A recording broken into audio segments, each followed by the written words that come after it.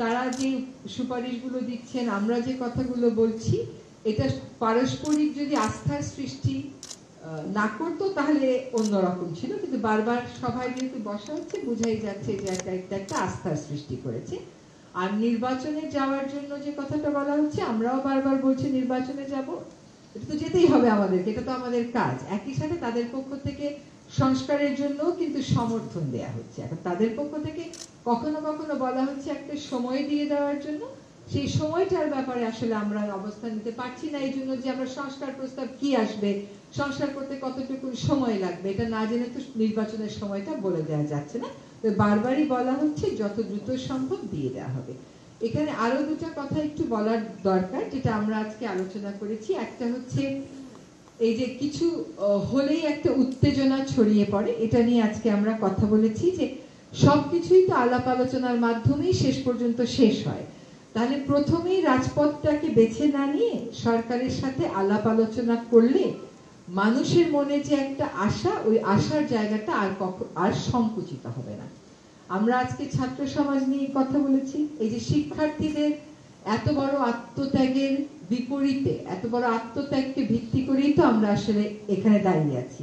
সংস্কারের কথা বলছি, গণতন্ত্রের কথা বলছি, গণতন্ত্র সুগম করার কথা বলছি, বৈষম্যহীন সমাজ গড়ার কথা বলছি। তো সেখানে আমরা একটা আহ্বান আপনাদের মাধ্যমেও জানাতে চাই সকল শিক্ষার্থীদেরকে, যে মানুষের যে তাদের প্রতি আস্থা, এটা কিন্তু 5ই আগস্টের পরে আমরা আবার দেখলাম যখন বন্যা হলো, বন্যার সময় টিএসসিতে কি পরিমাণ ত্রাণ দেওয়ার ভিড় হয়ে গেল।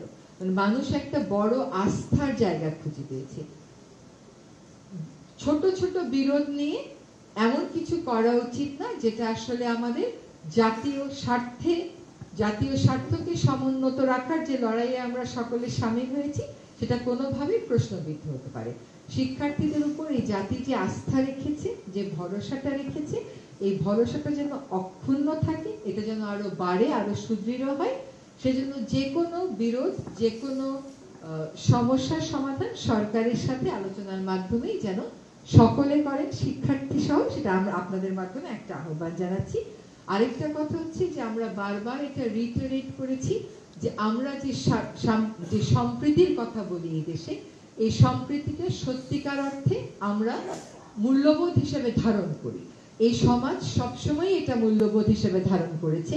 এটা যদি আপনারা গতকাল যে পরিস্থিতিটা শান্ত থাকলো এটাও মূল্যায়ন করেন, তাহলেও দেখবেন যে অনেক উস্কানি আসতে পারে, কিন্তু সহসা বাংলাদেশে এইসব উস্কানিতে প্ররোচিত বাংলাদেশের সাধারণ মানুষ কখনো হবেন না। এবং বাংলাদেশের এই সাধারণ মানুষের যে স্পিরিটটা, এটা সরকারেরও স্পিরিট, যে এখানে কেবল আমরা সম্প্রীতি বলবো তা না, আমরা সত্যিকার অর্থে সম্প্রীতিটা স্থাপন করে দেব। এই জন্য যত আমাদের মধ্যে দূরত্ব থাকতে পারে, ভুল বুঝাবুঝি থাকতে পারে, দাবি দেওয়া থাকতে পারে, সেগুলো নিয়ে আমরা সকল সময় আলোচনা করব, প্রকাশ্যে আলোচনা করব, প্রয়োজনে তারা আসবেন, আলোচনা হবে, প্রতিটি অপরাধের বিচার হবে। অপরাধের বিচারের সাথে এই সম্প্রীতিকে আমরা কোনোভাবেই মিলিয়ে ফেলব না। এবং এই সম্প্রীতিটা যাতে এই সরকার আমরা যে কয়দিন দায়িত্বে আছি, এই সম্প্রীতিটার বন্ধনটা যেন আরো দৃঢ় হয়, আমরা সেটার জন্যই আন্তরিকভাবে কাজ করে যাব। কোনো সংস্থা নিষিদ্ধ করার কোনো আলোচনা সরকারের মধ্যে হয়নি। দাবি অনেকেই উঠতে পারে, দাবির সপক্ষে মানুষ অনেক কর্মসূচিও দিতে পারে। ব্যক্তির অপরাধের সাথে সংস্থার অপরাধকে আমরা জড়িয়ে ফেলছি না। এখন একটা সুনির্দিষ্ট অভিযোগের ভিত্তিতে একজনকে গ্রেফতার করা হয়েছে, তার ব্যাপারে একটা আইনি প্রক্রিয়া চলছে, তিনি অভিযুক্ত হতেও পারেন, অভিযুক্ত নাও হতে পারেন, সেটা আদালত দেখবে।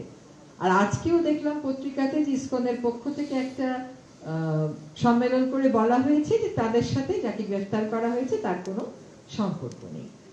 আর এটা হচ্ছে আপনার প্রথম প্রশ্নের উত্তর। দ্বিতীয় প্রশ্নের উত্তর হচ্ছে যে সংস্কার 6টা কমিশনকে সময় দেওয়া হয়েছে ডিসেম্বরের মধ্যে, এবং তাদের মধ্যে প্রায় সব, কেউ কেউ বলেছেন ডিসেম্বরের মধ্যেই দিবেন, কেউ কেউ বলেছেন 1-2 সপ্তাহ সময় বেশিও লাগতে পারে। তো এই সংস্কারগুলোর সাথে নির্বাচনের একটা সম্পর্ক তো আছে। এই সংস্কারের প্রস্তাবগুলো আসবে, এগুলোর উপর জনগণ কথা বলবে, চূড়ান্ত একটা সংস্কার প্রস্তাবনা হবে, সেই মোতাবেক যে পদক্ষেপগুলো নেওয়া সেগুলো আমরা নিব। আমরা বারবার বলছি যত দ্রুত সম্ভব সংস্কার শেষ করে আমরা নির্বাচনের দিকে যাব।